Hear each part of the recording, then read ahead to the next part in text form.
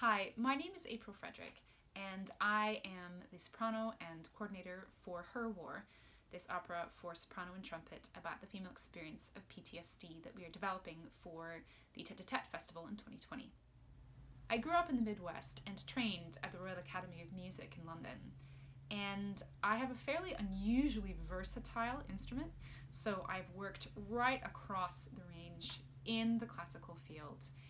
All the way, from Baroque, I'm a founding member of a Baroque ensemble called De Grazia, through to contemporary music. I've premiered multiple works by living composers. I absolutely adore art songs, so I've done a lot of recital work because I'm a poet as well, so I love the mingling of words and music and how they can really enrich one another. But in the middle of the spectrum, I have also done opera roles on a sort of much grander vocal scale, and I do a lot of soloist work with orchestras, both in oratorio and in what you call orchestral songs, so things like Mahler's Symphony 4. I do a lot of Strauss Borlas songs, and so I kind of scale big and little, and I've kind of ended up acquiring a lot of sort of different vocal colors, different techniques. One of the things that has come to increasingly interest me is physicality in performance. This is just not really an aspect of the training of classical singers, at least it hasn't been in my generation.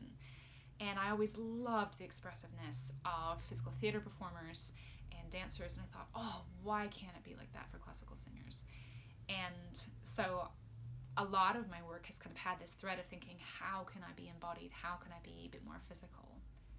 I've become increasingly interested in devised work, in new works, which are sort of trying to push some boundaries. I did my master's and my doctoral work at the Academy on Ivor Gurney, a poet and composer who spent time in the trenches in World War I. And I thought a lot about, again, how the war had affected him and how that experience showed up in the actual fabric of the music later on.